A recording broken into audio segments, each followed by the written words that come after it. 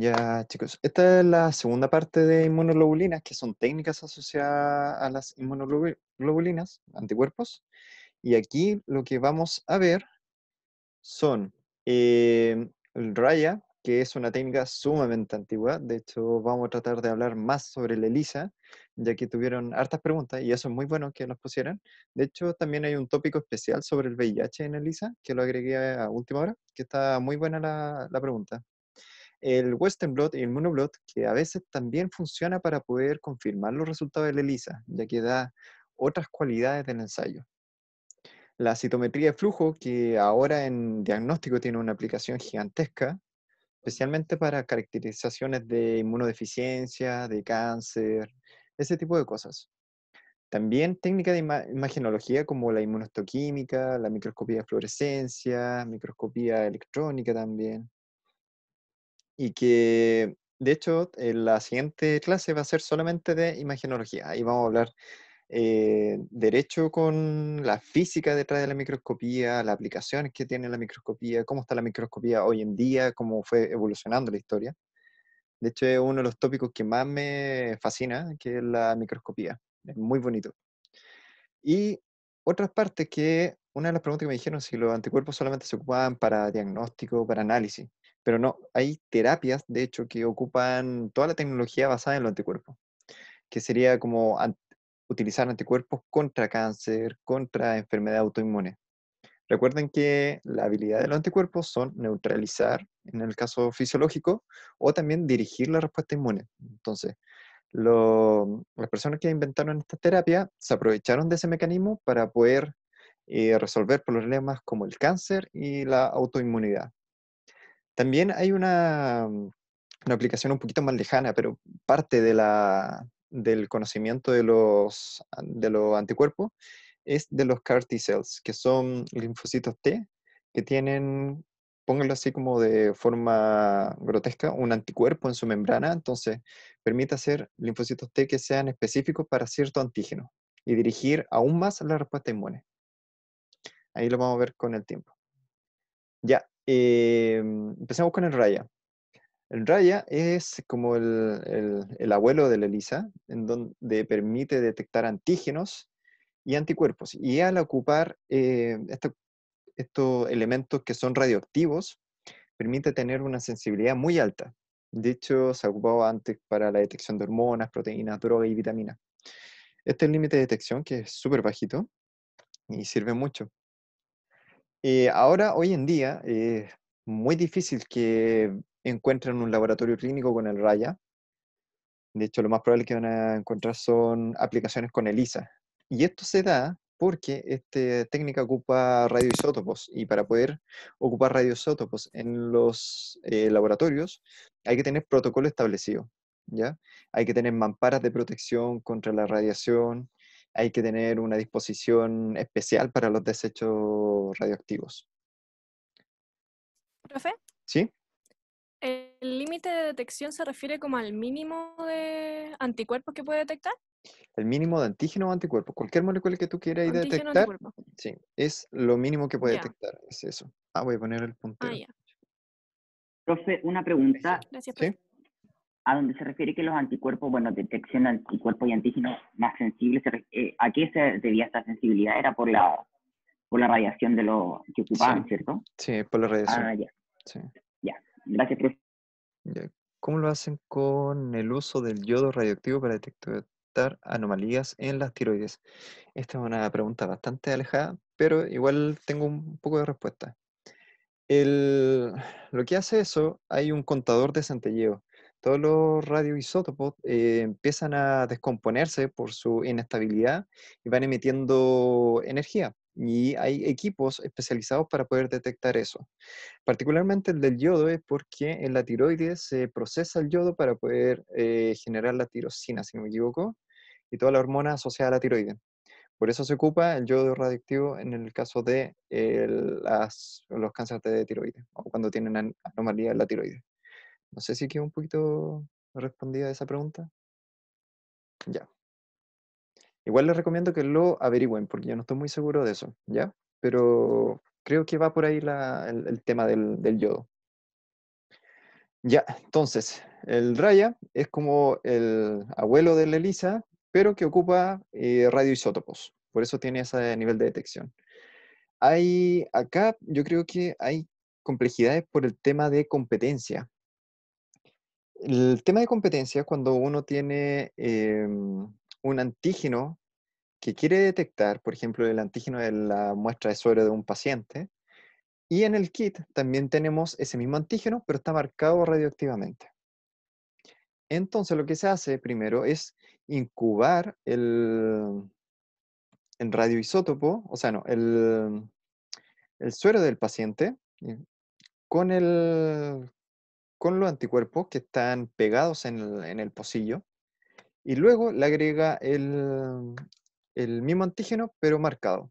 Entonces aquí va a haber una competencia por unión por el anticuerpo.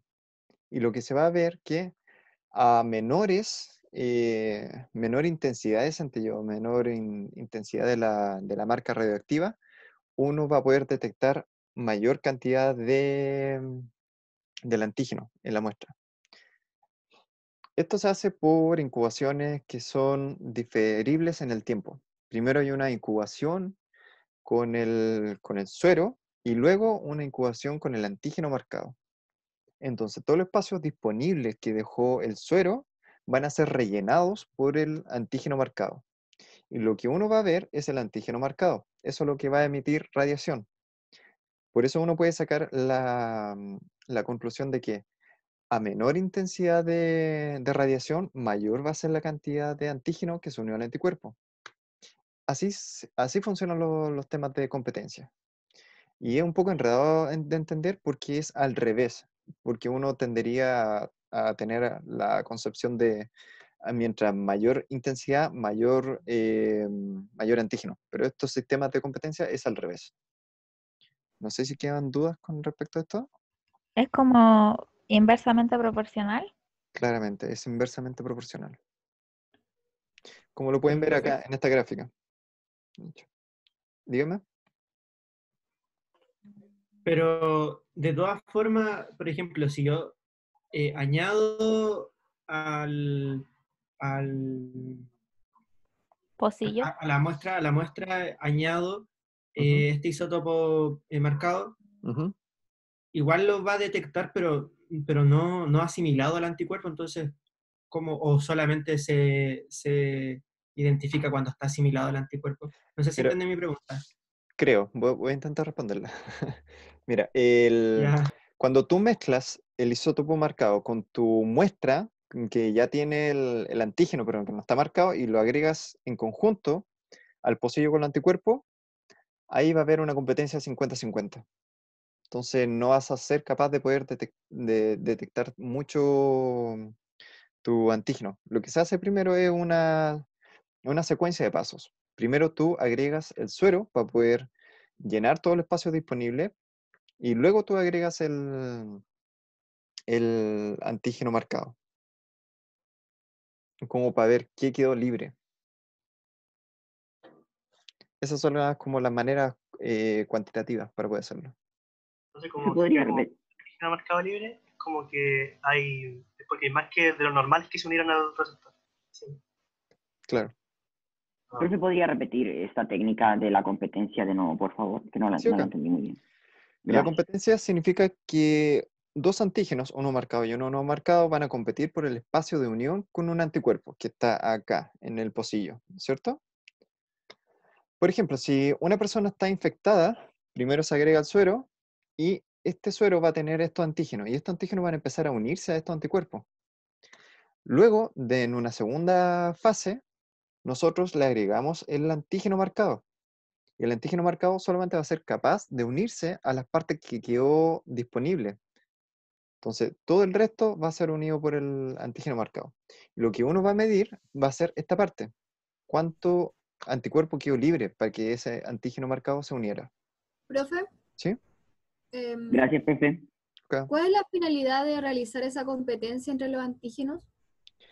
Eh, Depende del tipo de antígenos que uno quiera marcar. Mm, Se supone que este tipo de detección es bastante sensible y astringente, que se llama, que es, onda, a ver, ¿cómo decirlo? Es, a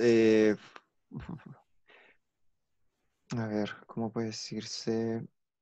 Como que es difícil que otro antígeno se una a esto, ya que tú tienes dos antígenos que están compitiendo por el mismo espacio. Entonces es más sensible en cuanto a la detección de antígenos. Pero se hace esa competencia para ver la sensibilidad. Sí, en ese caso sí. Ah, ya. Sí. Gracias. Ok. Es ¿Profe? como para ¿Sí? ver la compatibilidad del antígeno con el anticuerpo. ¿Qué cosa? Es como para ver más la compatibilidad que tiene el antígeno con el anticuerpo para reconocerlo de alguna manera. No. Por ejemplo, es cuando que esto se ocupaba antes, antiguamente, cuando uno no sabía mucho de los antígenos y de los epítopes que tenía. Entonces se agregaba el antígeno completo nomás. Así uno no tenía la posibilidad de ocupar anticuerpos muy específicos. Entonces es como una técnica muy barata y muy robusta, por el mismo tema que tú no necesitas anticuerpos muy elaborados para poder hacer el ensayo. El ¿Profe? único, ¿sí? Entendí que sirve como para medir la cantidad de antígenos que había como originalmente en el suero de alguien. Sí, Como por ejemplo, si yo después al agregar el antígeno marcado se une poco al anticuerpo es porque ocupó muchísimos epítopes porque había mucho antígeno. ¿Es como eso? sí, tal cual. Ujú. Ah, ya. Ya, Es profe, gracias. por eso que genera esta curva inversa, donde poco antígeno a la muestra significa que todo el antígeno marcado se unió al anticuerpo. Por eso tenemos una emisión muy grande. Y cuando es al revés, cuando el paciente, en este caso del dibujo, está infectado y tiene el antígeno no marcado, este antígeno no marcado va a ocupar casi todo el espacio de los anticuerpos y se va a unir muy poco del antígeno marcado. Y por eso se ven emisiones muy bajitas. Ya, entonces ahora pasemos del Raya al ELISA.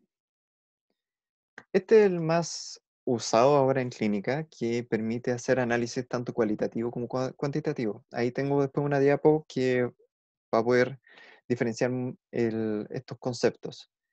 Es similar al Raya, ocupa el mismo concepto de ocupar anticuerpos y marcaje de anticuerpos para poder detectar cierto antígeno, solamente que no ocupa isótopos radioactivos, sino que ocupa una enzima y un sustrato que al pasar por esta enzima emite color, ¿ya? Tenemos distintos tipos de ELISA. Ahora agregué el directo porque me estaban preguntando ese. Y tenemos el directo, indirecto, sándwich y competitivo. Estos son los 4 tipos de ELISA que tenemos hasta hoy en día. Hay otros más complejos como el ELISpot, pero eso se ve en otros temas. Ya, ¿qué es una reacción cromogénica? Los anticuerpos que se ocupan en ELISA, especialmente los anticuerpos secundarios, están acoplados a una enzima que se llama la peroxidasa de rábano. Esta peroxidasa de rábano lo que hace con el TMB, que es el sustrato cromogénico, si no me equivoco, lo oxida. Y al oxidarlo, le cambia la estructura de esta molécula y empieza a absorber luz en el rango azul. Por eso que uno ve diferencias de colores en los test de ELISA cuando este anticuerpo sí está presente en la muestra. Entonces, por ejemplo, si tenemos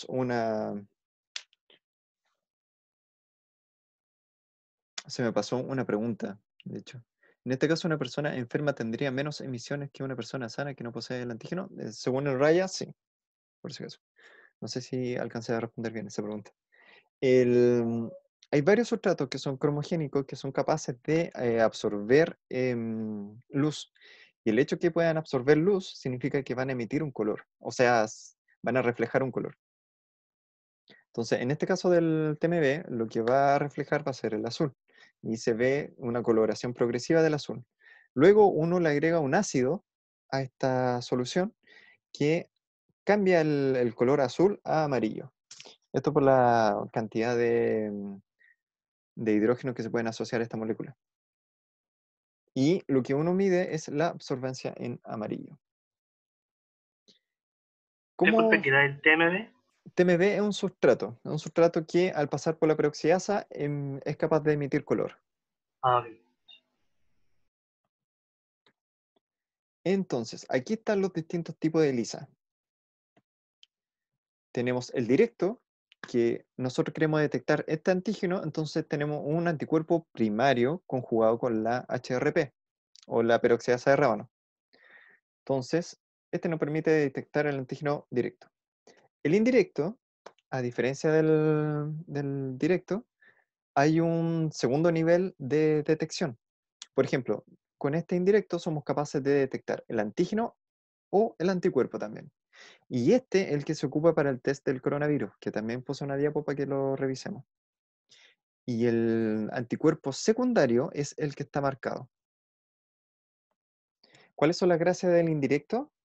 Que permite detectar anticuerpo o antígeno, y otra que permite amplificar la señal, ya que tiene dos escalas de anticuerpos. La gracia de esto es que estos anticuerpos secundarios se pueden unir como en mayor cantidad al anticuerpo primario, entonces genera una amplificación de la señal. En cambio, este no.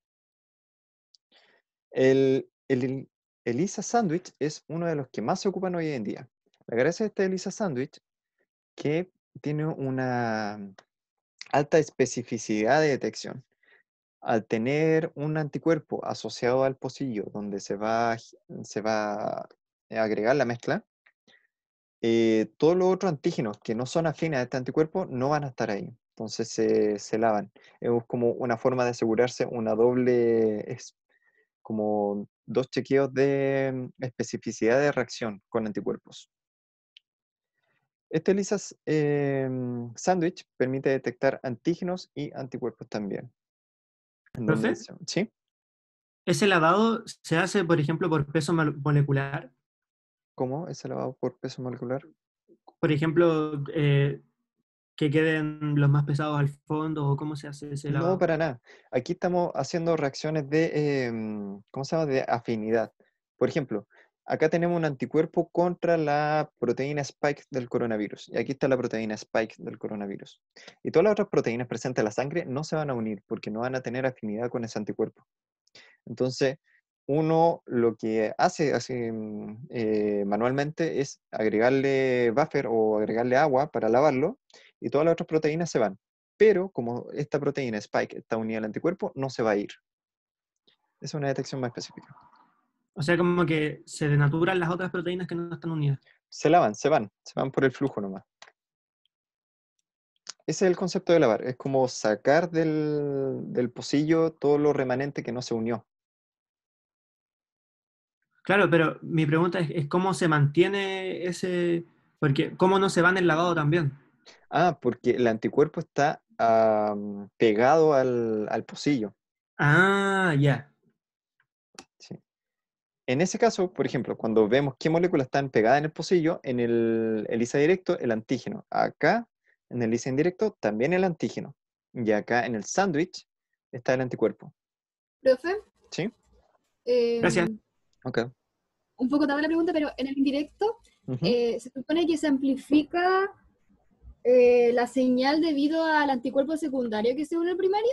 Sí, así es. El anticuerpo secundario es capaz de asociarse a esta parte FC del anticuerpo primario, pero en varias Ya. regiones. Entonces, al asociarse en varias regiones, permite que un anticuerpo primario sea capaz de unirse a varios anticuerpos secundarios.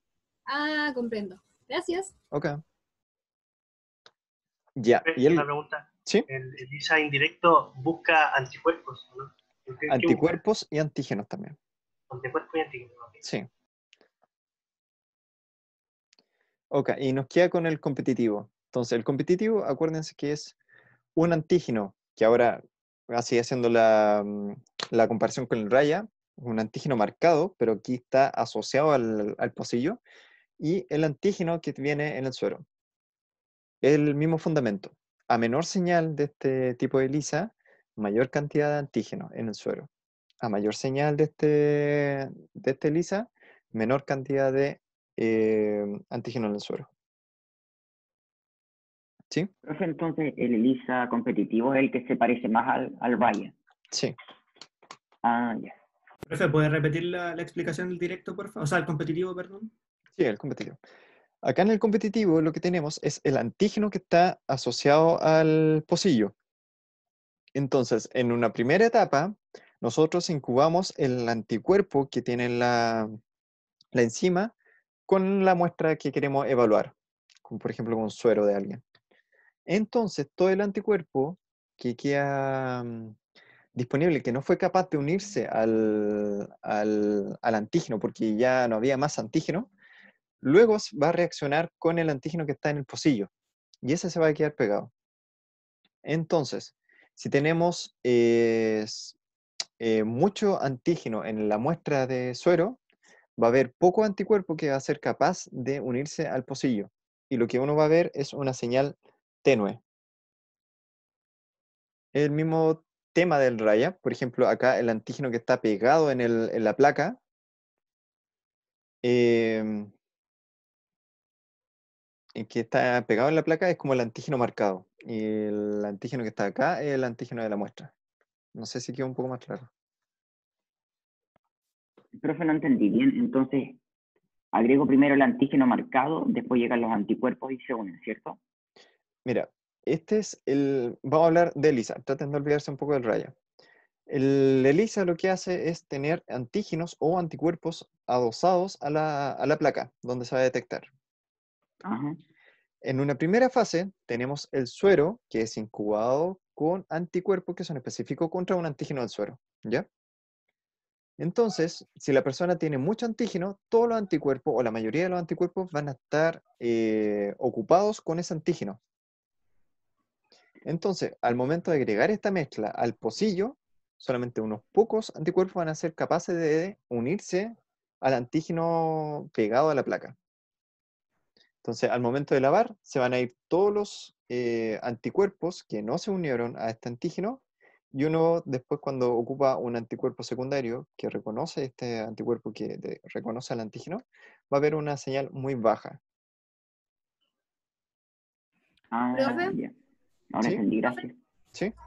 Pero se supone de que, lo que yo entendí era de Ujú. que aparte de donde yo tengo el pocillo, incubo el antígeno con un anticuerpo. Y en el mismo pocillo yo tengo un antígeno en la placa. Y en, Sí. en el pocillo hay otros anticuerpos. No. Solamente el antígeno que está asociado a la placa. Luego uno le agrega la mezcla que ya preincubó con el suero del paciente. Ya. Profe, Ah, ¿Sí? ya. ¿qué Gracias. incubar? Incubar es como dejar un tiempo que pase la reacción. Es como, por ejemplo, Ah, cuando uno hace pan y deja 1 hora o 2 horas fermentando para que se genere el dióxido de carbono y aumente de volumen el pan, es lo mismo. Eso es un periodo de incubación. tiempo para Profe, que se realice la La unión, reacción. claro. Ya, muchas gracias. Ok. ¿Profe? ¿Sí? Entonces, después se aplica el anticuerpo que viene con la enzima y se va a unir como a los pocos anticuerpos que no se pudieron unir al antígeno. Se van a unir a los pocos anticuerpos que sí se unieron al antígeno, acá, en esto. O sea, en la Ah, placa, ya, en el pocillo. ya. ¿Ya? Pero que lo que no entendí es por qué los demás no se unieron. Porque ya están ocupados con otro antígeno que no estaba en la placa. Entonces, al momento de lavar, no están asociados a esta placa, entonces se van. Entonces, ¿qué función cumplen si están como ocupados? Es como una forma de cuantificar la cantidad de antígeno, pero de manera inversa. Ah, ok, correcto. profe, pero entonces, ¿Sí? Profe, la una pregunta, luminiscencia. los antígenos rojos son los marcados, ¿cierto? Claro, serían como los marcados o los que están pegados en el pocillo. Ah, ya entiendo. Gracias. Ok. Profe, se supone entonces de que esos anticuerpos, ¿Sí? como en el pocillo ya están ocupados esos antígenos, no se van a poder unir más. Claro. ¿Así? Sí. Y al lavarse se van a ir. Ajá. Ah, ya. Y como son poquitos los anticuerpos, pero es harto el antígeno, por eso es tenue. Sí. Ya, comprendo. Gracias. Yo creo. Profe, Profe, sí, pregunta tú, ahí estaba harto rato queriendo preguntar. sí, gracias. Entonces, la poca luminiscencia es porque también es peroxidasa de rábano, ¿cierto? ¿O Sí, no? sí, sí. ¿O aquí es Sí. otra? Ya. esa poca luminiscencia es por los anticuerpos que se logran, o sea, anticuerpos secundarios que se logran unir a los pocos anticuerpos Sí, a los pocos anticuerpos que, primarios que quedaron libres para poder reaccionar con el antígeno que está en el pocillo. ya, y los otros que no pudieron unirse al Ujú. antígeno que estaba pegado en el pocillo es porque estaban ocupados con otros anticuerpos. No, que estaban ocupados con otros antígenos del suero de la persona, en este caso del paciente. Entonces aquí en realidad es una competencia entre antígenos. Sí, Ya, gracias, profe. ok. Profe, una pregunta. Sí. Cuando se investigan los tipos de ELISA, ¿cada tipo de ELISA sirve para algo diferente? Así es. Por ejemplo, uno sirve para detectar anticuerpos y uno sirve para detectar antígenos. Sí, por ejemplo, el ELISA directo es solamente antígeno. El indirecto te sirve para antígeno y anticuerpo. Por ejemplo, el sándwich también te sirve para ambos. ¿Y el de competencia? De competencia, yo me atrevería a decir que también te sirve para ambos. Porque ve los anticuerpos y ve los... Sí, pues. Sí, porque ahí uno le puede agregar una segunda escala que es con anticuerpos secundarios. Entonces uno sería capaz de detectar el primario. Ok. Ok. Profe, entonces el resultado final, mientras menos color tenga, es como que el paciente está como más enfermo.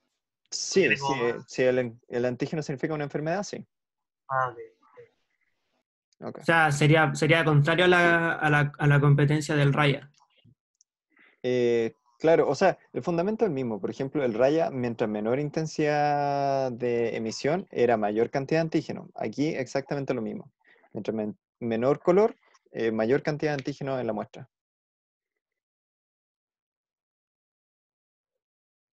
¿Sí? ¿Estamos bien, chicos? ¿Pasamos a la siguiente parte? Si no hay No, más dudas, Profe, Sigan. profe, yo Dale. te pregunté que preguntar hace media hora. Entonces, ¿qué es lo que yo quiero cuantificar al final? ¿El antígeno que está adosado al recipiente? O sea, lo que tú vas a ver es el antígeno adosado en el recipiente. Lo que tú quieres cuantificar es el antígeno que ocupó el anticuerpo que estaba. El que compite por el antígeno, con el antígeno que está adosado a la placa. Ok. Tienen En que este verlo así caso, como una suma progresiva. Por ejemplo, acá tenemos el anticuerpo que es limitado. Por ejemplo, tengamos 10 anticuerpos. Esta persona tenía 8 antígenos disponibles. Entonces, esos 8 antígenos van a ocupar 8 anticuerpos. Entonces, ahora nos van a quedar disponibles 2 anticuerpos. Y esos 2 anticuerpos van a ser capaces de interaccionar con el antígeno que está en la placa. Entonces, cuando la vemos, cuando se vayan todos los anticuerpos que no se unieron a la placa, solamente vamos a tener 2 anticuerpos que se pegaron a la placa y que van a ser detectados. Y por eso se ve una baja señal, porque son solamente 2 anticuerpos. ¿Qué pasa en el caso que hay como solamente un antígeno? Si hay un antígeno, solamente se va a ocupar un anticuerpo. Entonces van a haber 9 anticuerpos que van a estar disponibles para unirse aquí a la placa. Y esos 9 anticuerpos van a dar una señal mayor. Por eso es una proporción inversa. No sé si quedó más ya claro con eso. entendí. eso O sea, significaría que la que- persona tiene un sistema autoinmune mejor preparado para este antígeno en este caso. anda, Depende de lo que estáis midiendo. una pregunta, o sea, ¿Sí? entre más antígeno tenga yo en la sangre o en el suelo, Ujú. mientras mayor cantidad de antígeno tenga yo ahí, quiere Sí. decir que va a ser menor el color. Así es, tal cual. Profe, ¿Sí? Ya entendí, gracias. entonces, se supone que es una competencia de antígeno, ¿cierto? Sí. Ya. Entonces yo tengo, no sé, 2 antígenos. Sí. Y esos van a ser ocupados Ok. con 2 anticuerpos. Y si yo en total tenía 5, los Ujú. 3 anticuerpos que van a quedar sueltos Sí. van a ser equivalentes a la potencia del color. Sí, tal cual. Ya, pero el antígeno, por ejemplo, que yo estoy viendo, el mismo tipo, el que está incubado y el que está en la placa Sí. es el mismo. Sí, el mismo tipo. Ya. Y el anticuerpo es solo el que está incubado. Sí. Ahora entendí. Gracias. Ya. Profe, Sí. es que ¿Sí? me volví a confundir con el, con el RIA. El RIA entonces ocupa la misma ciencia que este. Sí, la misma ciencia, el mismo efecto de competencia, con Uno marcado y uno no marcado. Solamente que acá el antígeno marcado es el que está adosado acá en la placa. Ok, gracias. Ok. Ya. Profe, por ejemplo, el ELISA directo, ¿cómo sería como el diagramita que como en 3 diagramas? ¿Cómo sería el El diagrama es esto. Por ejemplo, esto de aquí. Ponen un pocillo, antígeno, anticuerpo con enzima. Entonces eso es un ELISA directo. Estos son los diagramas que explican de cómo funciona lo ELISA. Ah, ya. Entonces en el directo yo agrego solamente como el El anticuerpo, anticuerpo. ¿No? sí, tal cual. Ya. Pasemos a la siguiente parte. Acá son las propiedades, de hecho se lo voy a dejar como resumen, que son el ELISA directo, detección directa de antígeno, indirecto, detección directa de antígeno, anticuerpo que reconoce el antígeno, el competitivo, recuerden este tema de competencia por unión de sitio de anticuerpo. Entonces recuerden la proporción de menor marca, mayor antígeno, mayor marca, menor antígeno. El ELISA sándwich es el más utilizado porque tiene una alta sensibilidad, porque tiene varias escalas de niveles. Se ocupan 3 anticuerpos, uno que hace una separación de qué antígenos se van a unir al pocillo, otro primario que detecta el antígeno y otro que detecta el anticuerpo que detecta el antígeno, que está asociado a una enzima. ¿Ya? ¿Qué son las diferencias entre cualitativo y cuantitativo? Cualitativo significa que tiene o no tiene. Y eso lo puede ver uno con ELISA y sale más rápido.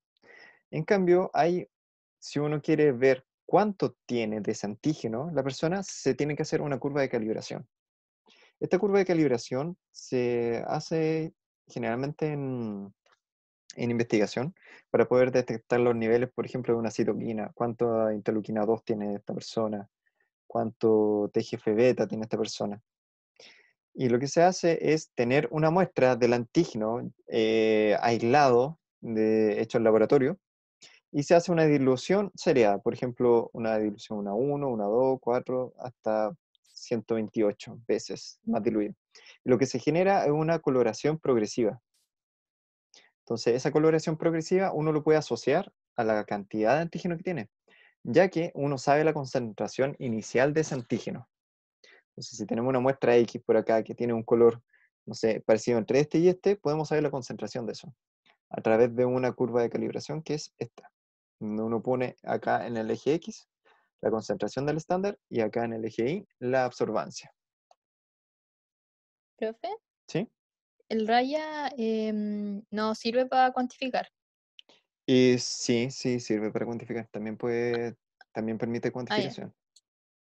Gracias. Sí. Tienen que considerar que si uno quiere hacer un análisis cuantitativo, sí o sí tiene que hacer una curva de calibración. ¿Ya? Y Pero la curva de calibraciones va para ambos, para ELISA como tanto raya. sí, para ambos.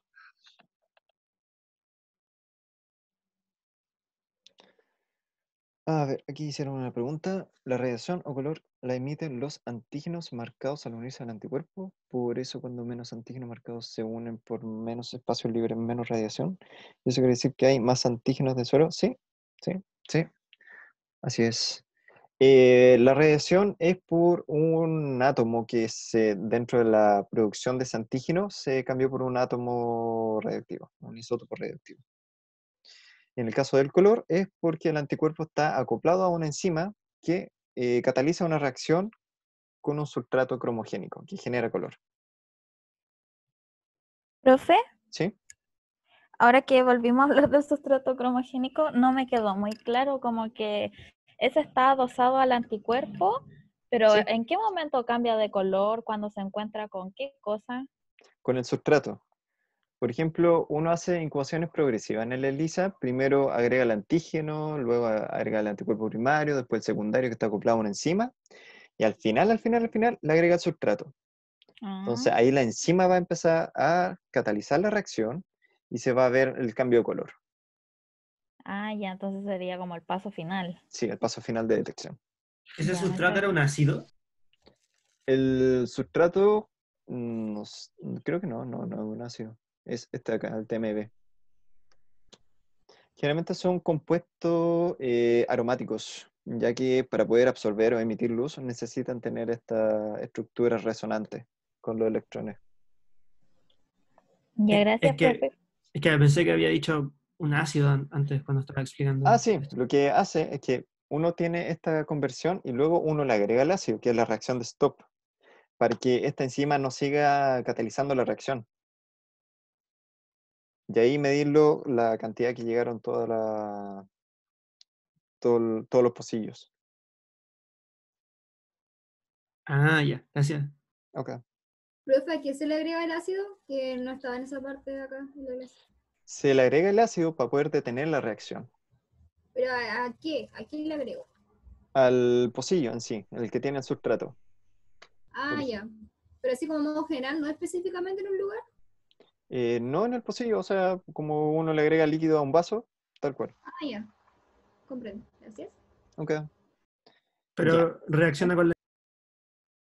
Lo que hace es desnaturar la enzima, por lo tanto la enzima ya no es capaz de reaccionar más. Entonces ahí detiene toda la reacción. Profe, ¿el sustrato vendría siendo el anticuerpo o nada que ver? No. El sustrato sería esta molécula aromática cromogénica. Ah, Acá. ya, muchas gracias. ¿Pero por qué se le Profe, agrega el sustrato? ¿Qué cosa? ¿Por qué se le agrega el sustrato? Para poder detectarlo, porque la otra opción era ocupar un anticuerpo que tenga un radioisótopo, pero nosotros no queremos ocupar un radioisótopo, sino que queremos hacer algo más que sea menos peligroso y ocupar una sustancia que cambie de color por la reacción. Ujú. profe, ¿Sí? respecto a la concentración, la tablita de colores celeste, Ah, la curva de calibración. la curva de calibración, ¿Sí? mientras más blanca, más hay, No, o todo lo más. contrario. Mientras más blanco, menos hay. Estas son diluciones. Esta Ah, es ok, una dilución de 128 veces. ok. ¿El sustrato entonces reacciona con la enzima del anticuerpo secundario? Así es, con la peroxidasa. Ok. Eso está presente en los tres tipos de ELISA. ¿Sí? Sí, o sea, ELISA trabaja con eso, con ese sistema de una enzima. De hecho, de ahí deriva su nombre, como ensayo de inmunoabsorción asociado a enzima. Ok. Y en el caso del directo, la enzima viene pegada ya desde ya al anticuerpo que reacciona con el antígeno. Sí, al anticuerpo primario, como está acá. Ok. Pero ese color depende entonces del tipo de ELISA que sea, por ejemplo, ¿no? Porque en uno está asociado que tenga más color, que está como más enfermo, y otro que tenga menos. Depende de Ya la como cantidad de menos. antígeno. Ahí estamos hablando de cantidad de antígeno, si es que tiene un color más azul o más claro. Pero si uno ocupa el TMB, el color va a ser azul. También hay distintos reactivos cromogénicos, generando otros colores. Pero después se pone amarillo. Se pone amarillo porque uno le agrega ácido para poder detener la reacción. Entonces, los colores dependen mucho de la acidez de una solución.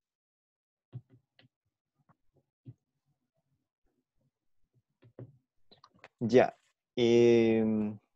Vamos a pasar a la siguiente parte, que es un tópico especial que me habían preguntado sobre el VIH.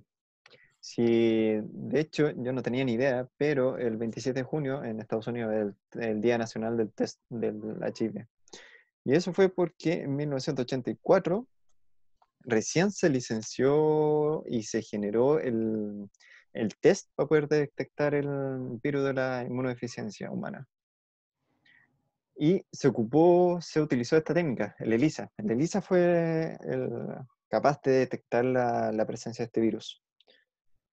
Se demoraron tanto porque no eran capaces de aislar el virus para poder tener el antígeno y generar un kit de detección.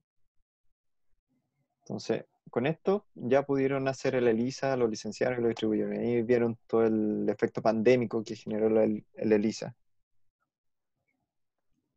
Ya, sí, voy a hacer todo lo posible porque la clase termina a las 3:30, así que voy a tratar de hacerlo lo más rápido. Para que eh, no se demoren en su clase de inglés. Chicos, eso, con respecto al HIV. ahora, lo que hay hoy en día, hay distintos test. Hay detección de anticuerpos contra el HIV, la P24, que es una de las proteínas asociadas al HIV, y hay una confirmación por Western blot. Y depende de los días de infección para poder ocupar distintos test. Aquí, por ejemplo, hay un test de sensible a IgG donde tenemos el antígeno del HIV, el anticuerpo primario y el anticuerpo secundario acoplado encima. Y ahí se puede detectar. Muchos test rápidos, de hecho, después les voy a comentar un test rápido del coronavirus, ocupan este sistema de flujo, donde tenemos la muestra acá y por capilaridad esta muestra va a ir hacia la derecha, donde aquí tenemos el anticuerpo secundario, aquí el antígeno que queremos detectar y esto es un anticuerpo contra los anticuerpos que detectan el antígeno, como un control. De hecho, aquí está el test rápido del coronavirus. Es un ELISA indirecto lo que hace este sistema. Acá se agrega la muestra en S de sample. Tenemos acá el test y aquí tenemos el control. Por ejemplo, si una persona es positiva para IgM, va a salir así, de esta manera. Va a detectar acá y acá. Y aquí va a ser solamente positivo para el control de IgG, que sería en esta persona negativo. En caso si IgG positivo, al revés, y si es ambos, sería de esa forma. ¿Cómo funciona con este lateral flow? Imaginen que tienen la proteína acá spike del coronavirus, acá el anticuerpo que detecta IgG o IgM, y acá el anticuerpo que detecta IgG-IgM, que está acoplado a este test. Entonces el flujo va a pasar por allá, se va a asociar al anticuerpo secundario, y si detecta la proteína, sí, como funcionan los test de embarazo, técnicamente es lo mismo. Ocupan este sistema de lateral flow. Y que ese es el sistema del test rápido del coronavirus. ¿Tienen dudas con esto? Porque igual me preguntaron, Sí, como que no saben profe, hacer el... ¿Sí? la persona contagiada con el virus entonces tendría que tener las dos rayas en las ambas inmunoglobulinas. Depende, hay pacientes que solamente tienen IgM positivo y creo que sí, IgM positivo y no IgG. Y yo creo que es más común que tengan ambos positivos. Es por el tema de de la respuesta inmune. Acuérdense que para poder pasar de IgM a IgG hay un switch de isotipo para poder generar todo el sistema de memoria de los linfocitos B. Profe, una pregunta. ¿Sí? Gracias. ¿Cómo era el primero, ese es que no sé cómo decirlo, pero la primera como anticuerpo que aparece, ¿cuál era? Este de acá, ese es el Ese. anticuerpo secundario. Ah, ya, y el triángulo es la proteína del spike, y el Sí, otro, el Y, vendría siendo un anticuerpo que detecta también sí. el antígeno o detecta al anticuerpo Detecta el secundario. anticuerpo. Ah, ya. Esto se ocupa para validar la técnica, es como para decir si efectivamente esta persona tenía anticuerpos, pero que no eran Ah, específicos o ya. si eran específicos contra esto. Ya. Gracias, profe. Ok. Profe, pero entonces en el lateral flow va cayendo primero el anticuerpo, luego, ¿qué es lo segundo que toca por polaridad? O por Acá, capilaridad, no sé. acá entra la muestra. La muestra tiene ¿Ya? anticuerpos. Primero se asocia al anticuerpo secundario. Luego Ah, ya, sigue y aquí encuentra el antígeno, por ejemplo, del spike del coronavirus. Entonces, si este anticuerpo ya, es específico para esto, se va a quedar ahí. Y luego al final, un anticuerpo que detecta todo tipo de anticuerpos ya. como control. Ah, ya, claro. Se asegura de que llegó Claro. al final. Ujú.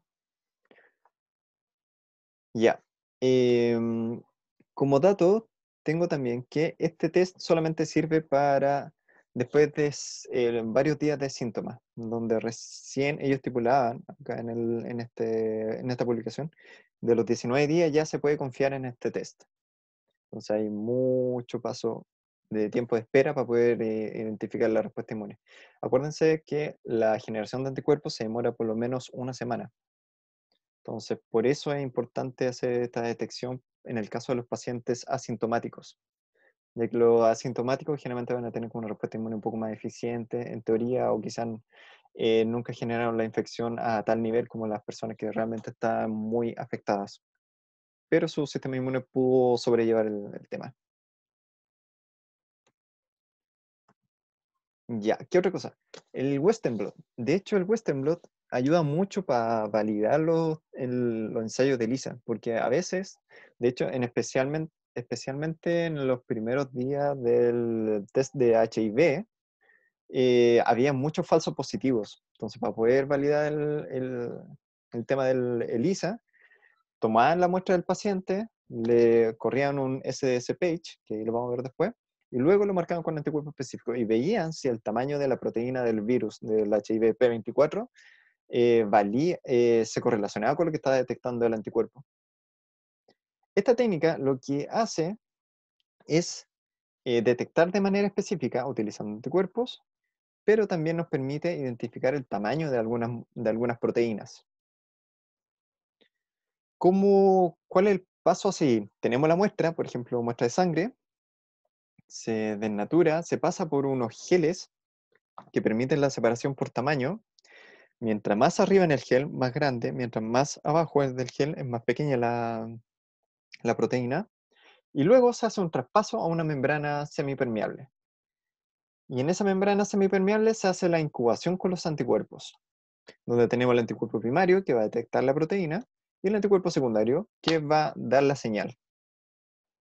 Entonces, si bien es como el mismo sistema que la ELISA, solamente que ahora podemos ver el tamaño de las proteínas y validar un poco los resultados de una ELISA. ¿Quedaron dudas sobre el Western? ¿Cómo ¿Profe? funciona? ¿Sí? ¿Ahí qué serían los números 50, 40, 30? Esas son las diluciones seriadas que hicieron de esa muestra. Por ejemplo, aquí ¿Cómo eso? 50 microgramos, 40 microgramos, 30, 20 y 10 microgramos de proteína. Ah, ya. Profe, entonces, perdón. ¿Sí? No, sí. Ah, sí. no, no, sí. Gracias, profe. Ujú. Profe, entonces el Western blot lo que hace es solamente como verificar el tamaño de la proteína, o sea, perdón, del antígeno que uno pudo haber encontrado en un VIH. Claro, sí. Ah, ya Por entiendo. ejemplo, habían personas que les salía positivo, después le corrían un Western blot y el anticuerpo está detectando una proteína de 70 kilodalton, muy grande para ser P24, que era como de 20. Ah, o sea, no cumpliría como con las características de del antígeno Claro, Ah, ya entiendo. sí. Ya. Gracias, profe. Ok. Y, por ejemplo, este es específicamente para antígenos de origen proteico. Sí, de origen proteico. Profe, preguntan en los comentarios, no entendió para qué se usa el anticuerpo secundario. Sí, el anticuerpo secundario es el que tiene la enzima para poder detectarlo. Aquí también se ocupa la peroxidasa de rábano, solamente que ahora en vez del TMB se ocupa luminol. Y la gracia del luminol, al pasar por la peroxidasa de rábano, emite luz. Y esa luz, en una placa radiográfica, se puede ver como estas manchas negras. Y eso es lo que se ve. Profe, Profe, ¿qué era el entonces, TMB? adelante. ¿Sí? Profe, ¿este se ocupa para revisar las proteínas? ¿El Sí, Western blot? sí, para correlacionarlo con el tamaño. Ok. Porque en el ELISA tú ves si es positivo o negativo o cuánto hay, pero no sabes las características del antígeno. Este te da las características del antígeno, por ejemplo, el tamaño. Profe, ¿Sí? si por ejemplo fuera positivo, ¿tendría que ser obligadamente grande la proteína? ¿O No, depende de cada antígeno? depende de cada antígeno. Ah, yo. Sí, ahí, por eso sirve esta técnica, porque sirve correlacionar con lo que se había descrito antes sobre ese antígeno y lo que tú estás obteniendo de la muestra. Por ejemplo, si antes se había descrito que el antígeno pesaba 20 kilodalton y tú estás viendo que tu gel tiene una proteína que pesa 70 kilodalton, entonces no calza, entonces no es el mismo antígeno. Ya. Otra aplicación de los anticuerpos es la citometría de flujo. La gracia de la citometría de flujo que permite como interrogar a las células e identificarlas por la expresión de distintas proteínas, o marcador que le llaman acá. Se ocupa mucho para la tipificación de cáncer, leucemia, en algunas infecciones bacterianas donde genera inmunodeficiencia, o en enfermedades que son neuroinflamatorias para ver cómo el estado proinflamatorio, cuántas poblaciones de células que son proinflamatorias están en la sangre o no están en la sangre. Y lo bueno que permite hoy en día detectar de 4 a 20 diferentes parámetros. Entonces permite identificar muchos tipos de células y la expresión de algunas proteínas que serían como indicadores de activación o de supresión. Y hay otro tipo de citometría de flujo que se llama citometría de masa, que va más allá y permite detectar 40 parámetros. Pero los parámetros son antígenos. Sí, son los antígenos, son los marcadores. ¿No?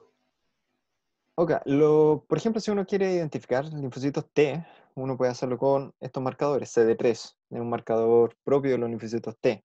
Y los T-helper se le agrega CD4.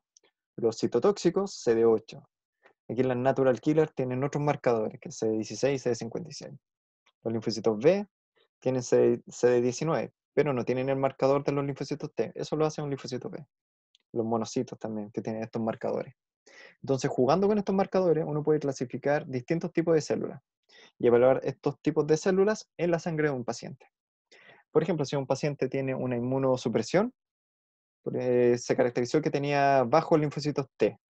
Entonces, al cuantificar la cantidad de estos linfocitos T, se van a ver pocas células con estos marcadores. Y esta técnica lo permite identificar. Profe, ¿los marcadores que son proteínas? Sí, son proteínas que se expresan en las células. Son antígenos, en realidad. Es lo mismo. Ok. ¿Receptores podrían ser? Ah, sí. ¿Receptores? Sí. Sí. De hecho, el CD3 es el receptor del TCR. Es una parte del TCR, del receptor del linfocito T. Y el CD16, si no me equivoco, es el receptor FC, de la parte constante del anticuerpo. Ah, ok.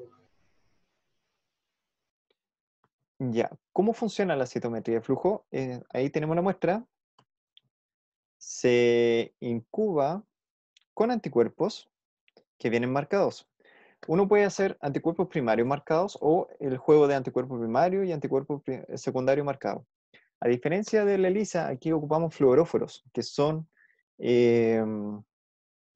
sustancias o moléculas que permiten emitir luz si uno le inyecta un haz de luz de cierta longitud de onda. Por ejemplo, si estimulamos con un láser de 450 nanómetros, este fluoróforo va a emitir en 560 nanómetros. Entonces, a través de esto es como tener una reacción cromogénica, pero sin tener una enzima, sino que es solamente una molécula que fluoresce. Tenemos este sistema de detección, que este es el citómetro de flujo, generalmente son así, es como un bender más o menos grande, donde acá se inyecta la muestra, y en este equipo, la gracia que tiene, y por eso le llaman citometría de flujo, que tiene un juego de flujos de buffer que permiten que las células pasen de a una en una por el sitio de interrogación. Por ejemplo, esta célula roja tiene, pónganse ustedes, el CD3, es un linfocito T. Entonces el anticuerpo lo detectó, se unió a la célula y tiene el fluoróforo. Entonces al estimularlo con un láser, esta célula va a emitir fluorescencia por el fluoróforo que está en el anticuerpo. Ahí uno puede clasificar, esta célula es CD3 positiva. Entonces es un linfocito T. Esto nos da este tipo de gráficos que se llaman dot plot, donde permite cuantificar de cuántas células tienen estos marcadores. Por ejemplo, acá hay dos marcadores al azar, CD117 y acá CD34. Aquí, por ejemplo, si nos interesa la población que es doble positiva, que presenta estas dos proteínas, nota que es el 22.6%. Entonces, de esta manera nos permite cuantificar de forma relativa a la muestra la cantidad de células que presentan estos marcadores. No sé si quedan dudas con citometría. Profe, ¿cómo se llamaba la máquina donde ponían ¿Qué cosa? ¿cómo se llamaba la máquina donde ponían la muestra? El citómetro de flujo. Ya. Sí, Gracias. un citómetro de flujo. ¿Profe? Sí, ¿Hay qué implica que esté como una parte más oscura y otra más clarita, como significa que número hay de células? sí, número de eventos se le llama en este equipo, o número de células en este caso. Por Ya, ejemplo, mientras más oscuro significa que hay mayor cantidad de células acá. favorables para eso que se está buscando. Claro. Por ejemplo, si queremos Ya. identificar cuántas linfocitos T hay, imaginemos que este es CD3. Entonces aquí es la cantidad de linfocitos T. Ya, gracias, profe. Ok. Y la de abajo es otra proteína que también se está buscando, otro antígeno. Claro, es otro antígeno X. Es para compararlo en este caso, la cantidad que hay de cada uno. Sí, por ejemplo, hay subclasificaciones de los linfocitos T. Tenemos TH1 y los TH varios y los T citotóxicos. Imagínate tú que este es un marcador CD3 y este es CD4. Entonces, a mí me interesa ver los linfocitos T, pero la subpoblación que es linfocitos T helper, que expresan CD4. Entonces, la población que me interesaría sería esta acá, que es doble positiva. Ok. Preciso. Ok. Ya. ¿Cuáles son las aplicaciones de la citometría de flujos? Son muchas, como pueden ver acá, para cáncer, para inmunología, hematología también, para algunas caracterizaciones de ciertas infecciones. De hecho, creo que para el HIV también se ha ocupado harto en diagnóstico y en monitoreo, ya que esto genera una inmunodeficiencia. Entonces hay que identificar cómo están los niveles de los CD4 y CD8, en este caso. ¿Ya? Acá, cómo fue incrementándose la aplicación de la citometría dependió mucho del el descubrimiento y la comercialización de los anticuerpos y de los fluoróforos, porque eso permitió acoplar distintos fluoróforos que emitían en distintos rangos y asociarlos para poder hacer una detección complementaria. Hay otros tipos de ensayo, este es mucho más complejo, que se llama el multiplex, que es combinar el ELISA con la citometría de flujo. Imagínense que esta esfera es el pocillo. Entonces ahí tenemos el pocillo acoplado a un anticuerpo, tenemos el antígeno que queremos detectar y un anticuerpo que detecta el antígeno. Y aquí tenemos como la enzima, pero es un fluoróforo. Es el mismo ensayo. La gracia de esto es que nos permite evaluar muchos analitos o muchos antígenos a la vez en la misma muestra. Esa es la gracia del multiplex. Y permite la detección de distintas esferas por la emisión de fluorescencia, pero en un rango infrarrojo. Profe, una pregunta. ¿Sí? Pero aquí, ¿dónde está ELISA? Porque hasta el momento, bueno, hay un antígeno con el fluoróforo y Ujú. eso vendría siendo como más citometría de flujo. Sí. El tema es que aquí uno tiene una bit X que sirve como si fuese un pocillo para un anticuerpo acoplado acá. Entonces tenemos distintas bits de distintos tamaños, de distintas fluorescencias, que van a Ajá. tener distintos anticuerpos. Entonces, al tener distintos anticuerpos, permite detectar distintos analitos a la vez, en la misma muestra. Ah, ya. Y eso Profe, vendría siendo como más parte de ELISA. Claro, sí. De hecho, fíjense Ah, en el ya. diagrama, esto es como una ELISA sándwich. De hecho, Y eso acá. le iba a decir que era como un sándwich. Ujú. Ah, claro. bit, Gracias. ¿qué Ok. sería el bit? Ah, las bits. El microbit o bit. No son microbits, generalmente. Ah, Que ya, pero tiene, ¿qué son? son como polímeros de hecho había uno que está en base de polivinilo o de plumavit, de hecho, que permiten hacerlo muy Ya, pero a pequeñitos. ese según el anticuerpo. Claro, sí. Ah, ya. Se hacen por reacciones de química, de conjugación. Profe, y ese polímero es el que mantiene, digamos, al anticuerpo al que se va a unir el analito, Sí, pero lo mantiene acoplado, ¿cierto? claro. Es lo que digamos, se mantiene unido al fondo, ¿o no? Esto aquí estamos hablando todo en suspensión. Son bits que están en suspensión, pero es como si fuese el fondo del pocillo de una ELISA normal. Entonces, Ah, ya, pero en distinto de suspensión. esto, claro, es como distintos pocillos con un número de identificación, que va a ser el tamaño o la fluorescencia de esta bit. Ya, eso con el multiplex. El tema de la imagenología, aquí también hubieron preguntas si habían diferencias entre los distintos microscopios, y sí, hay mucha diferencia, hay mucha física asociada en cada tipo de microscopio. Eh, pero en resumen, tenemos que hay tipos de imagenología óptica, que uno no necesita ocupar fluoróforo o ocupar electrones para poder identificar una muestra, sino que se puede ver con ciertas tinciones de tejido. Esta es una inmunohistoquímica, donde se ocupan estos anticuerpos primarios y secundarios con enzima y permite detectar ciertas zonas de esta biopsia, por ejemplo, y permite identificar dónde están, en este caso, las células dendríticas, dónde están los linfocitos T, dónde están los linfocitos B, que están marcados acá, y dónde están las células de cáncer. ¿Cuál es la gracia de la imagenología? Que uno permite identificar morfologías, permite identificar localización y expresión diferencial. Por ejemplo, uno quiere evaluar qué tanto expresa este linfocito B, el CD20, que están marcando acá. Fíjense que acá es más tenue que acá. Acá está muy denso. Entonces ahí significa que esa parte de ahí está expresando mucho CD20. Entonces permite identificar eso. ¿Qué otra cosa tenemos acá? La fluorescencia. Aquí ocupan fluoróforos para poder detectar cosas que son más pequeñas. Por ejemplo, organelos intracelulares.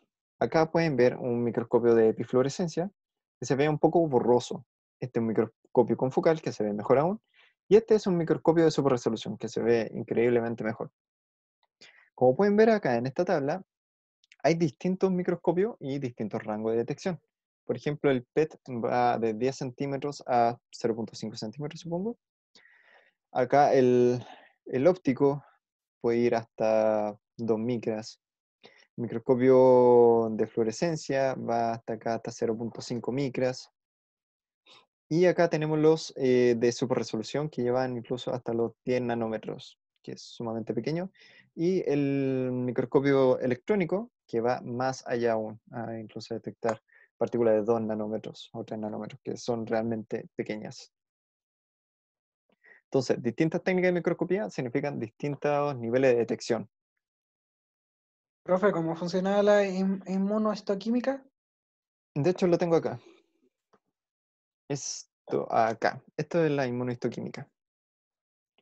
Recuerden el mismo sistema de la conjugación de los anticuerpos, en donde tenemos el tejido, una muestra de biopsia, por ejemplo, el anticuerpo primario que detecta cierto antígeno de la biopsia, y el anticuerpo secundario que está acoplado a una enzima. Aquí también se ocupa de la peroxidasa.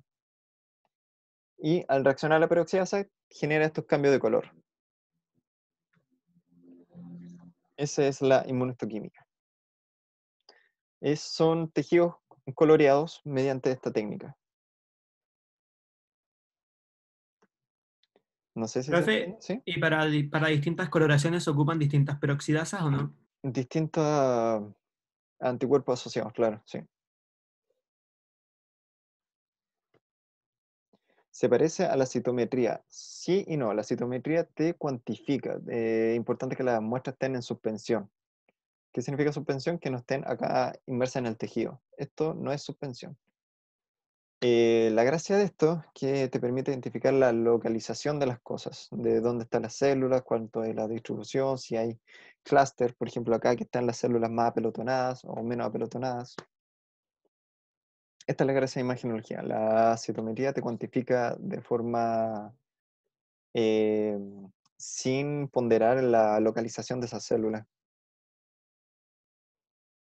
El procesamiento de muestra, la lógica es tener un tejido que se cortó de una biopsia de cáncer de un paciente, se generan cortes pequeños, se incuba con los anticuerpos, se agrega el sustrato, se genera la tinción y se ve la coloración. Y se puede ver acá en microscopio óptico, como este de acá.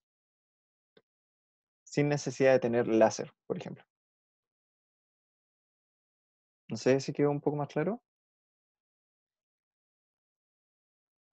Chicos, Profe, pero, por ejemplo, ¿sí? para que se dé ahí una coloración más azulina y una más rojiza, ¿Sí? ¿se ocupan distintos sustratos o se ocupa un mismo sustrato y dependiendo del anticuerpo se va a teñir de distinta manera? No lo tengo tan seguro, pero yo diría que se ocupan distintas enzimas para poder hacer la tinción. O hacer tinciones progresivas. Por ejemplo, primero teñir con un color y con un tipo de sustrato. Luego marcar la segunda fase y marcar con otro sustrato.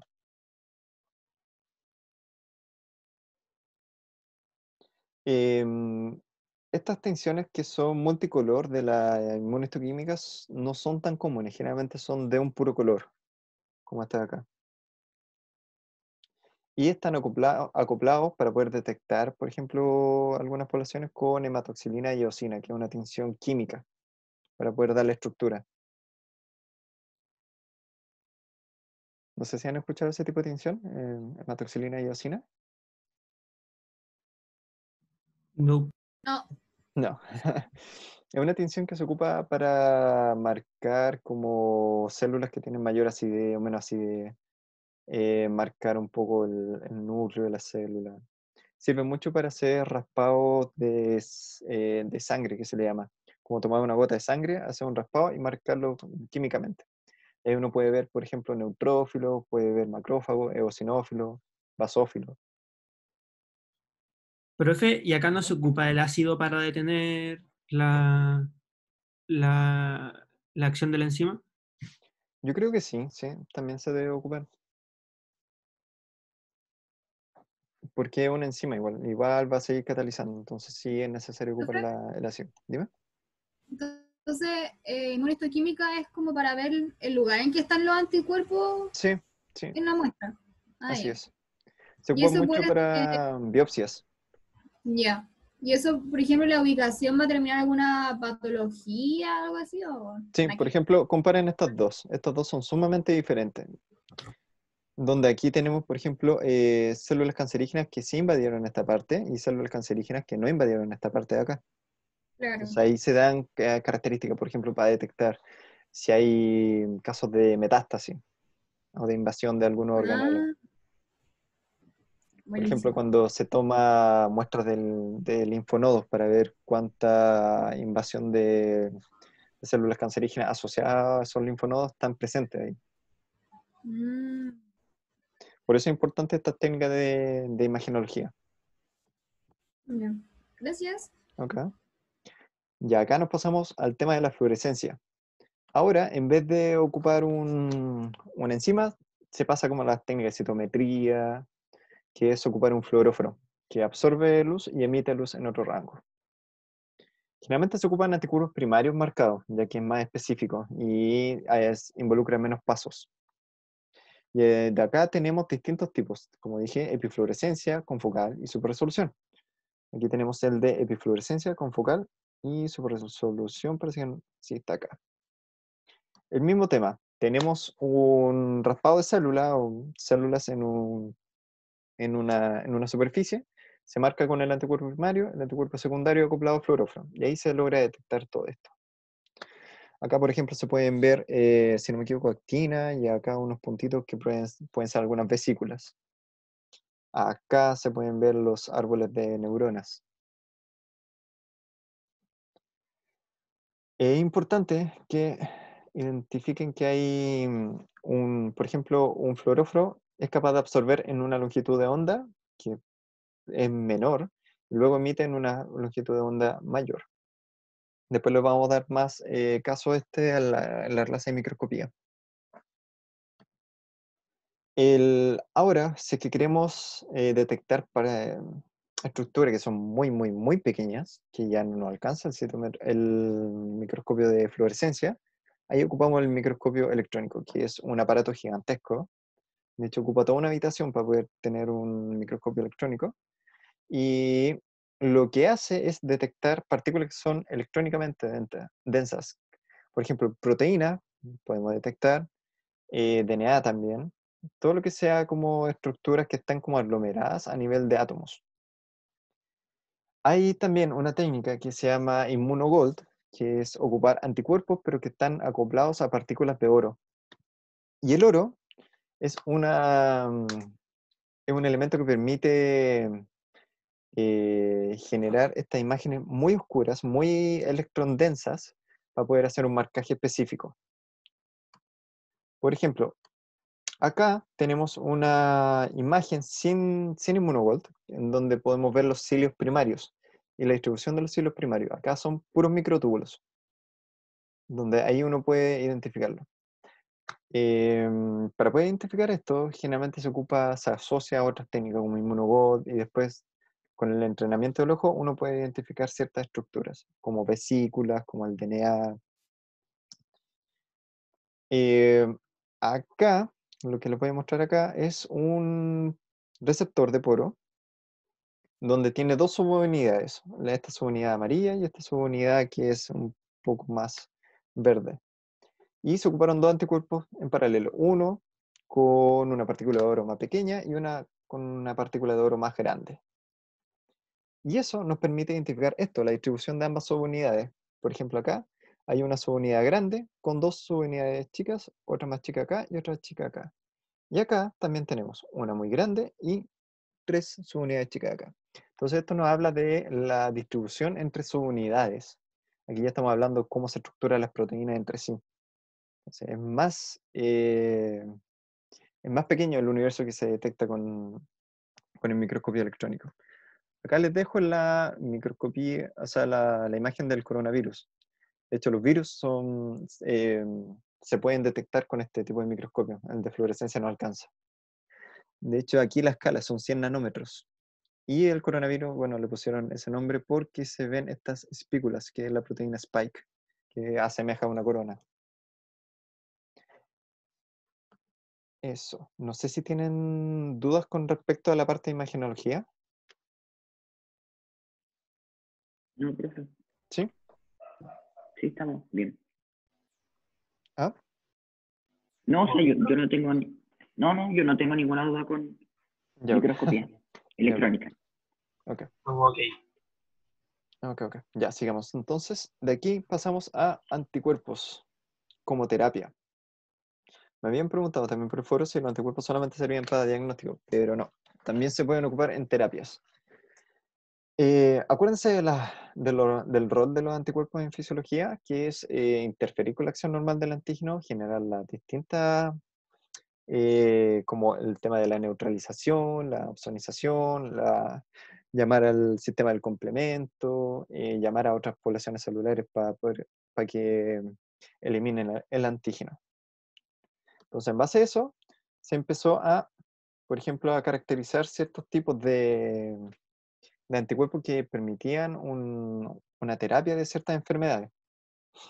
De hecho, acá la que más se ocupa es esta, de llamar a los macrófagos para que se coman todo lo que tengan que comerse marcado por anticuerpos.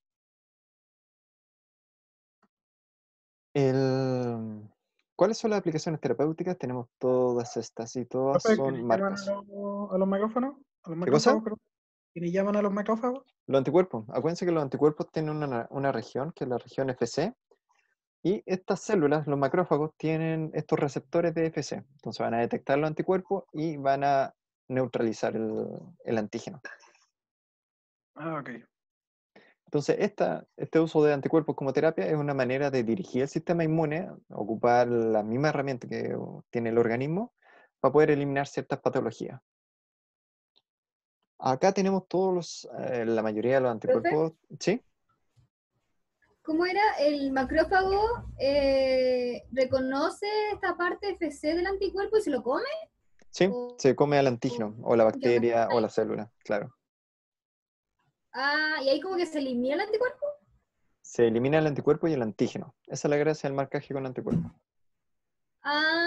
Y ahí y por ejemplo, si es patológico, causa mal, eh, ya no deja de hacerlo. Claro, sí, es una forma de eliminarlo. Ya, gracias. Ok. Acá hay varios anticuerpos que han sido aprobados por la FDA, allá en Estados Unidos, y que se ocupan para distintas patologías. Por ejemplo, psoriasis, neuroblastoma, hiperlipidemia, anticoagulación, asma ¿Cuál es la también, hiperlipidemia? una sobreproducción de lípidos, supongo. Ya, ahí está, el nombre lo viste. Gracias, Sí, profe. sí, no sé a qué poblaciones, probablemente sea a nivel hepático, cuando hay como tumores hepáticos, probablemente. Ya, gracias, profe. Ok. Infecciones con Clostridium, difíciles. Por ejemplo, acá también tenemos. Hay para cáncer de próstata, creo que también se generaron algunos, también para el cáncer de mamas, también hay. Entonces, esto es todo un trabajo que se va generando día a día. De hecho, hay muchas discusiones sobre la inmunoterapia, que es este concepto de ocupar el mismo sistema inmune como terapia para ciertas patologías. Y aquí entran los anticuerpos, que sería uno de los mediadores de la inmunoterapia. Profe. ¿Sí? Esto se ocupa cuando el sistema inmune queda corto o cuando, no sé, No alguien quiere, cuando, cuando el sistema inmune no actúa frente a esto y uno quiere que actúe frente a eso. claro, es como cuando hay terapias convencionales que no funcionan. Por ejemplo, creo que hay muchos temas para el cáncer por el mieloma múltiple. Entonces ahí ya se empieza a ocupar otros tipos de terapia. Porque el mieloma múltiple, para poder eliminar lo que es cáncer a nivel de células plasmáticas o células del sistema inmune, hay que hacer una irradiación completa de la persona. Entonces eso significa tenerlo en un estado de inmunodeficiencia gigantesco. Entonces, como opción podemos tener este anticuerpo que detecta este marcador de este tumor y dirigir el sistema inmune directamente hacia eso, sin tener que generar una inmunodepresión gigantesca a la persona. Profe, ¿Sí? entonces quiere decir que el anticuerpo como que reconoce el antígeno y esa parte de la fracción FC, como de la Ujú. parte de la cola del anticuerpo, Sí, llama a las células del sistema inmune y ahí se lo comen. claro, sí. Ah, ya. Esa es una Ya de las entendí. formas que tiene para actuar los anticuerpos. Acuérdense que la otra es solamente neutralizar. Por ejemplo, Claro. tenemos unas células que son sumamente sensibles a la insulina. Entonces queremos neutralizar el receptor de la insulina. ¿Qué hacemos? Ocupamos un anticuerpo que ocupa el sitio de la insulina en ese receptor. Así lo bloqueamos. Entonces ese receptor ya no Ah, puede reaccionar más con insulina. ya. Gracias, profe. Sí. Sí, el anticuerpo se estaría sacrificando por el bienestar del paciente. Es una de las preguntas que está acá. Em, ¿Qué otra cosa? Esto también se ha ocupado como terapias complementarias para el tratamiento del cáncer, particularmente porque el sistema inmune permite detectar la metástasis mucho antes que las biopsias o los síntomas. Y porque el sistema inmune siempre está patrullando, entonces hace un chequeo constante del cuerpo. Y si ve células cancerígenas que no están en el lugar donde deberían estar, que sería el tumor confinado, lo van a matar. Esta es una forma de poder generar la detección directa del tumor. ¿Qué otras terapias tenemos?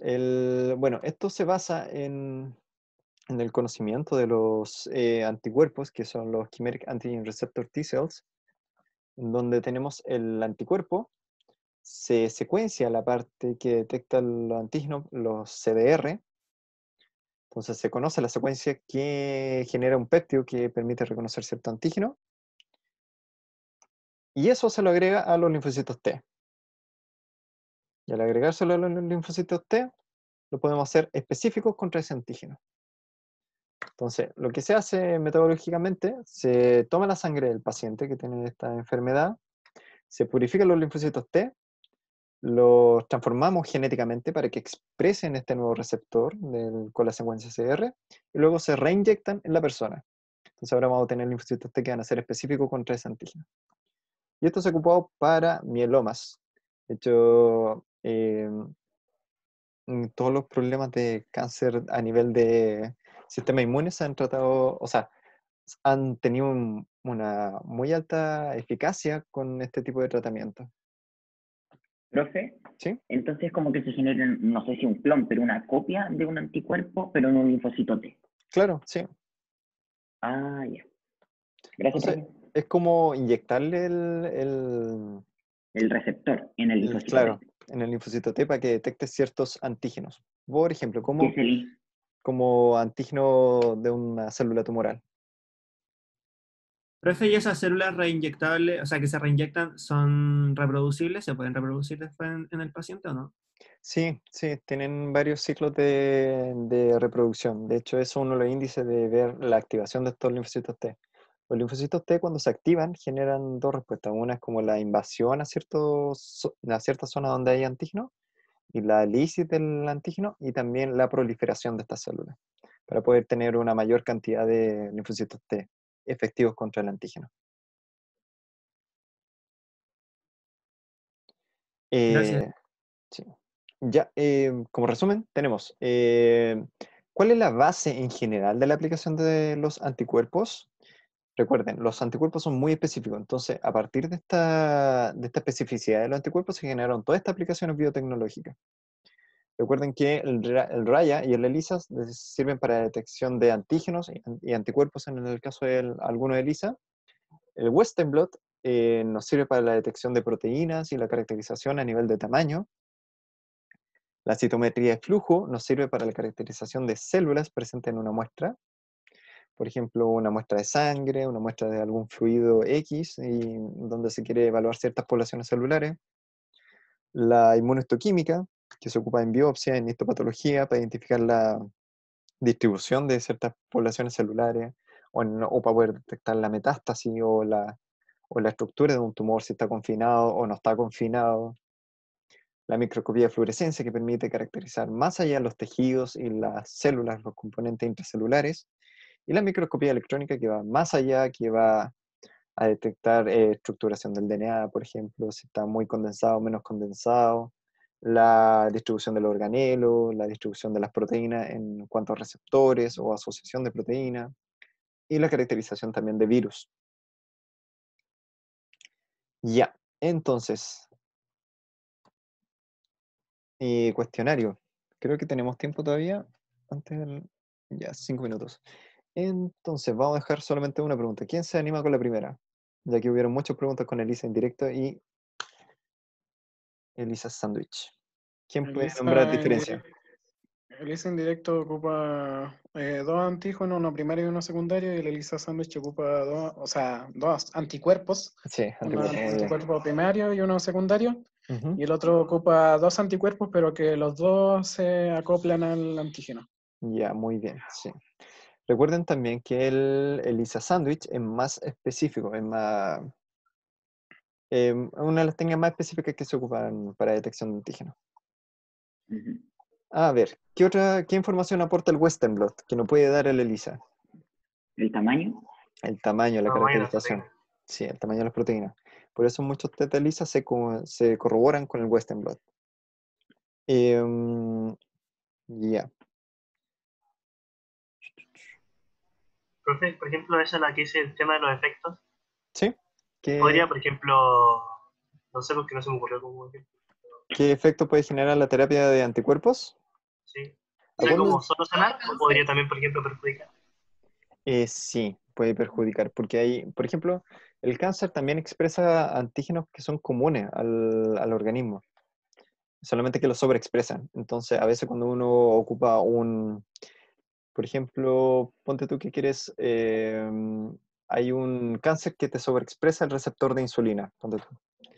Entonces, nosotros queremos tratar de combatir ese cáncer y lo que ocupamos es un anticuerpo contra el receptor de insulina. Pero todas las otras células poseen el receptor de insulina. Entonces, sí se va a generar como una,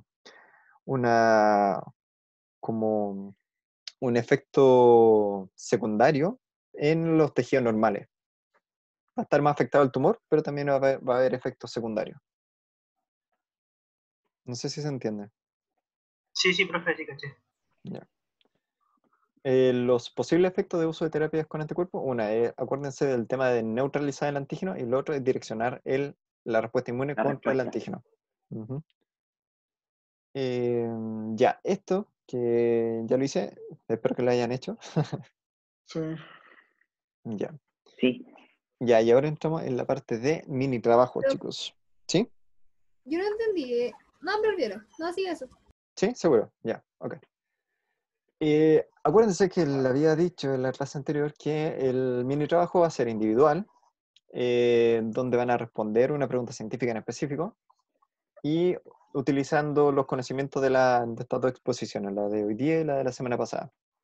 Y la pregunta tiene que ser respondida en 24 horas. Acuérdense de la estructura, que tiene que ser Times New Roman, 12 puntos, interlínea 1.5, máximo 2 planas. Tampoco jueguen con los límites ¿cómo se llama? De margen de la hoja, no la hagan tan extenso, ¿ya? Lo otro, las partes que tiene que tener esto es introducción a la pregunta, como breve introducción a los conceptos que implica la pregunta y la metodología que quieren abordarla. La metodología, que es una breve explicación del procedimiento a seguir. Aquí no tienen que poner paso por paso ni nada que ver. Tienen que indicar cuál es la racional de por qué ocuparon esa metodología, cuál es la clave del uso de esa metodología. Y Profe, resultado esperado. ¿Sí? ahí con metodología se refiere a como la forma en que yo voy a responder la pregunta. Claro, por ejemplo, de hecho ahí tengo un ejemplo, Ya. ahí lo van a ver. Ya. Los resultados esperados, que es indicar los principales hallazgos que ustedes esperan obtener a partir de la metodología ocupada.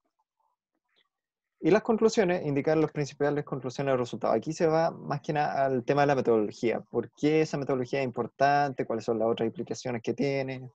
Eso, es a nivel de los conocimientos que tienen con respecto a estas clases. ¿Ok? Profe, ¿Sí? pero uno pone, bueno, los resultados esperados y después de eso, los resultados o la respuesta de la pregunta y después la conclusión. Claro, sí. Ya. Gracias. Ya, este es un ejemplo que hice. Espero que lo entiendan. Por ejemplo, acá tenemos, en el mercado central de Santiago, una persona se contagió con un nuevo virus y se presume que afecta a los linfocitos T helper, del tipo TH1, provocando un cuadro de inmunodepresión severo, facilitando la infección por patógeno oportunista. También se observó un déficit a nivel de intestinal debido a una inflamación en este órgano causado por bacterias oportunistas. Diseñó un experimento que permite identificar qué poblaciones del linfocito T afecta el virus en este paciente y qué bacterias en el intestino están causando la inflamación. Usted como investigador tiene capacidad de obtener todo tipo de muestras en este paciente que no involucre su muerte. Por ejemplo, aquí no le pueden sacar el corazón para analizarlo, o sea, va a morir el paciente. ¿Ya? Profe, y por ejemplo, se tendrían que evitar también los que son dañinos para el que está haciendo la investigación, como ocupar los isótopos radiactivos en el raya. Sí, o sea, si ustedes ponen esa explicación, por ejemplo, yo quiero ocupar ELISA en vez del raya porque el raya ocupa isótopo radioactivo y se necesita un trabajo especial, está súper. Gracias. Ya. A ver, ¿quién se anima con la respuesta de esta? A ver si pueden. ¿Alguien que tenga una teoría de este caso?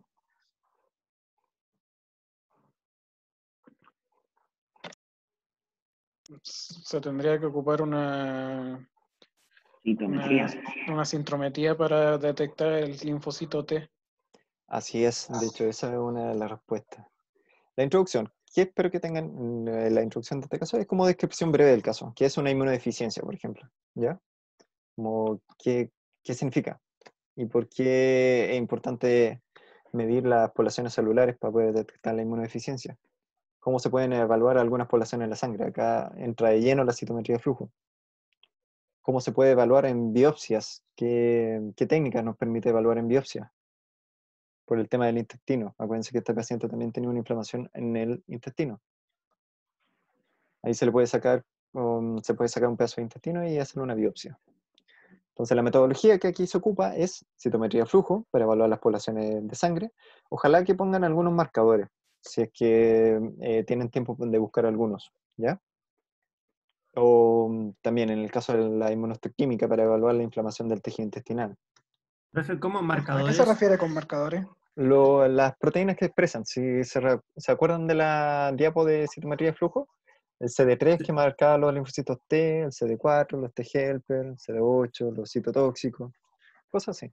Y eso no serían los analitos, eran otra cosa, ¿no? ¿Qué cosa? Analito se ocupa más en terminología de ELISA. Ya, es como en el multiplex. Claro, en el multiplex. Pero acuérdense que el multiplex es una ELISA que permite detectar muchos analitos a la vez. Pero y en ese caso, por ejemplo, como es por ejemplo, como es en el intestino, hay una flora bacteriana igual grande, ¿o no? Entonces se podría ocupar un multiplex, porque son muchos... Sí, de hecho sí, de hecho estaría re bueno. Se podría aplicar. Pero también es importante identificarlo con inmunohistoquímica. Por ejemplo, en el tejido intestinal ahí se vería si hay una inflamación. Por ejemplo, si el epitelio del intestino estaría afectado, no estaría con la misma distribución. Acuérdense que el tema de Profe, inflamación es como una invasión gigantesca de células inmunes. ¿Sí? las conclusiones tienen que ser certeras, no tienen que ser así como lo que creemos que va a pasar. Porque, por ejemplo, No, ahí dice, las técnicas de sintometría de flujo permiten caracterizar, pero eso no es como algo que sea tan... no, O sea, acuérdense, así... acuérdense lo que les dije, que acá las conclusiones tienen que ver con la metodología que ustedes ocuparon, ¿ya? Por ejemplo, las técnicas de citometría de flujo permiten caracterizar las proporciones de las poblaciones celulares, permitiendo evaluar distintos estados fisiológicos. Entonces, esa es una de las justificaciones de por qué ocuparon esa metodología. Acá en los resultados esperados tienen que poner resultados por cada técnica que ocuparon. Por ejemplo, en la parte de citometría de flujo, el paciente posee un déficit de linfocitos T, como se ve reflejado por una cantidad menor de linfocitos T con estos marcadores en el resultado de citometría de flujo. Entonces ahí pueden decir que el virus los ataca específicamente a ellos, cosas así. Es bastante Profe, libre ¿puede? este tema, ¿ya? No hay como una respuesta correcta, es como varias posibilidades. La idea de ustedes es que generen una construcción lógica para poder responder, ¿ya? Así que en este tipo de preguntas, generalmente se evalúa la capacidad de juntar estos elementos de metodología para poder resolver una pregunta. Díganme. ¿Puedo volver atrás un Sí, poquito? Profe, una pregunta. sí. Gracias. Al hacer bueno, el trabajo hay que poner, por ejemplo, introducción, 2 puntos, y ahí escribo o hago un párrafo, digamos, una cosa, como con, llego y lo pongo nada más. Como te sea más Porque ahí, cómodo. Sí, como sea más cómodo. ya, es como, Yo igual soy ya. bastante estructurado. Si lo ponen por título sería mejor, porque, o si no, se tendría que intuir. Lo importante es que Ya, no profe. sean, por ejemplo, que no aparezca metodología al principio y después una introducción, ¿ya? Que Profe, sean No, pues como siguiendo el orden que usted dio. sí, Siguiendo el orden que dio usted. sí. Ya. Gracias, profe. hay algunos que nos tenemos que ir por inglés. Sí, de Profe, hecho, ¿cuándo esto va es a lo enviar último. el trabajo? ¿Ah? ¿Cuándo tenemos que enviar esto? Mañana. Mañana a las 3. Ya, pero ¿y cuándo va a enviar la pregunta? Ahora, de hecho, ahí está. Esa es la Buena. pregunta. Profe, tenemos que mandarlo todos mañana a las 3 o dentro de ese plazo. No, pueden enviarlo dentro del plazo. Por ejemplo, si lo tienen antes, envíalo antes. De hecho, ahora yo voy a habilitar un espacio ahí en el Moodle para que suban las tareas. ¿Se lo enviamos a su correo o al Moodle nomás? Al Moodle, yo creo. Para que ocupemos ahí. Si tenemos dudas, le podemos preguntar o no. No, Por no. el foro, sí, tienen dudas, pero de aquí yo creo que podría responder quizás en la noche. Así que Ya, traten de no esperar mi pregunta, sino que vayan sobre la marcha, averigüen. bacán. ¿Ya? Gracias, profe. Ok. Me tengo que ir a inglés. Sí, vayan nomás. De hecho, aquí traten de hacerle un print al mini trabajo. O escríbanlo. Yo ya le saqué un pantallazo y voy a mandarlo al grupo, Igual. o si hacemos un grupo los de Sí, este profe, estoy seminario. buena en la clase. Ya, ok. Bye. Chao, que estén bien. Ya, chicos, ¿tienen duda? ¿Es necesario tener citas? No, no es necesario, pero si buscan información adicional, es bueno que las pongan, ¿ya?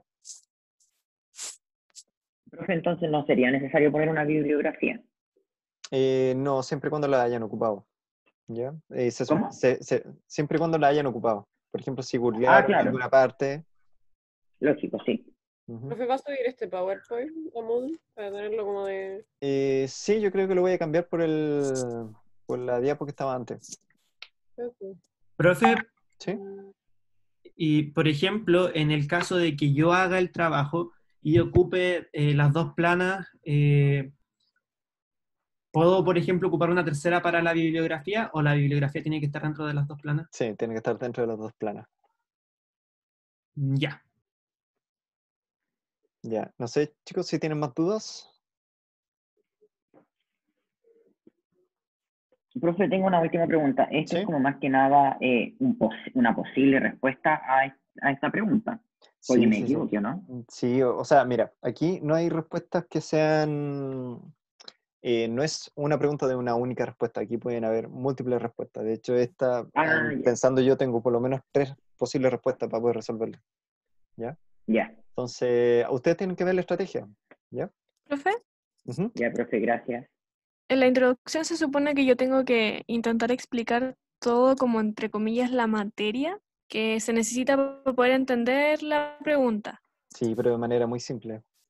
Ya. ¿Sí? Por ejemplo, acá Ok. en este ejemplo, describir un poco qué era la inmunodeficiencia. O, Ya. no sé, algunas técnicas que podrían ayudar de explicar esta patología. Profe, ¿Sí? ¿va a subir esta clase hoy día? Sí, ahora de hecho. Ah, ya, gracias. Ya, ok. Ya, chicos, así que Chao, profe. si no hay más dudas, lo dejamos hasta acá. Que estén bien. Ya, profe, igual, Cuídense. chao.